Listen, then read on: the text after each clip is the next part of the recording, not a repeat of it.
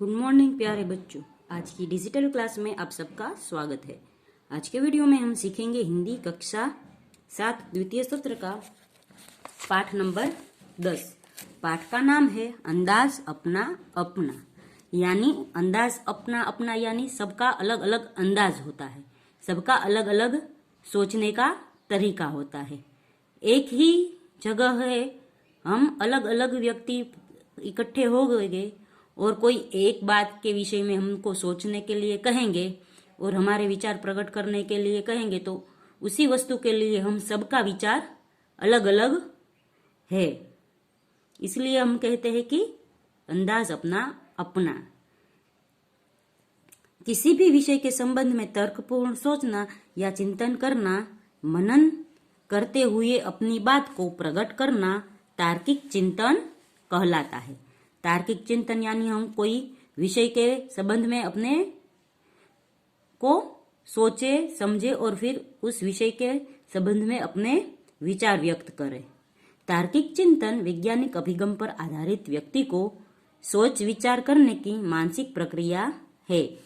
इस मुक्त चिंतन में व्यक्ति अपने जीवन के अनुभव, मान्यताएं और दृष्टिकोण का उपयोग माहिती का पृथक्करण करने के लिए करता है। माहिती का पृथक्करण करने के लिए यानी हमें जो विषय दिया गया है उसको अच्छी तरह सोचने के लिए, हमारे जो पहले जो हम मान्यताएं है, हमारे अनुभव है और हमारा दृष्टिकोण है, हम उस विषय के बारे में अपने विचार व्यक्त कर सकते हैं और माहिती को सत्यता तक पहुंचकर निर्णय लेता है।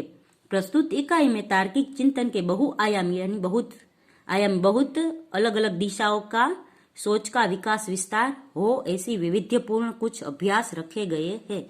तो यहाँ पर हमें है वो कुछ सिचुएशन दी गई है। सिचुएशन यानी हमारे सामने कुछ ऐसा विषय रखा गया है, उस विषय के बारे में हम जो सोचते हैं कि ऐसा क्यों हुआ होगा, वो हमारे इस विषय के बारे में हमारे विचार व्यक्त करने हैं। पहला है दिमागी दौड़। दिमागी दौड़ यानी हमारे दिमाग की दौड़, यानी बुद्धि कितनी तेज हमारी चलती है।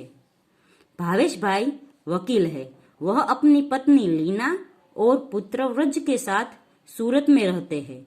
छोटा परिवार सुख का आधार होता है। उनका जीवन भी खुशहाल था। एक बार दीपावली की छुट्टियों में वे तीनों अंबाजी गए। 4 दिन बाद वापस आकर देखा तो चौंक गए।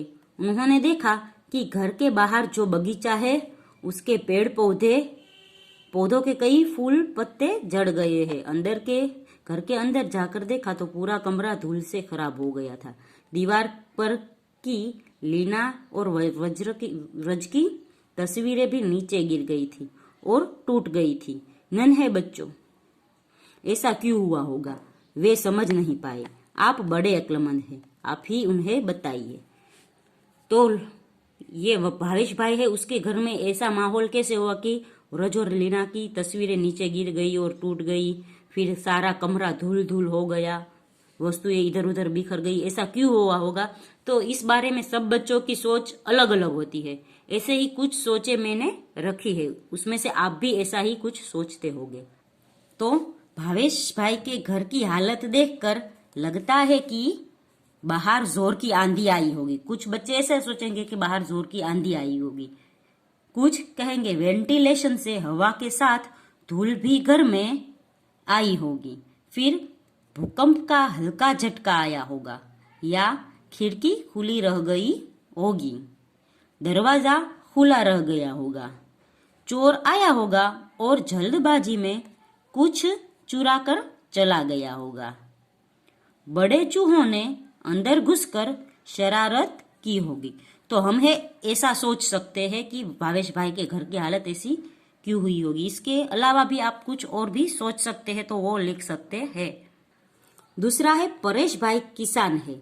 उनकी पत्नी हिरल बहन नर्स है।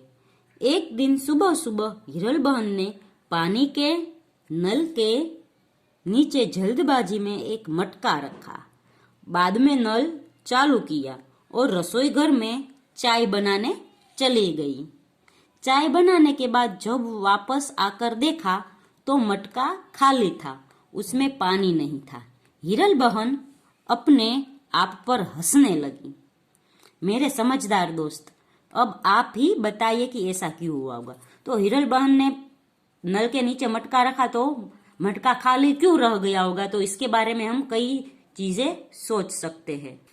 जैसे नल में पानी बंद हो गया होगा, दूसरा मटके में दरार होगी, तीसरा मटके के पेंदे में छेद होगा, चौथा मटका ठीक नल के नीचे नहीं रखा होगा, पांचवा मटके पर गलती से ढक्कन रख दिया होगा, छठा मटका उल्टा रखा होगा। फिर है सेजल 2 गमले लाई, उनमें तुलसी के पौधे थे।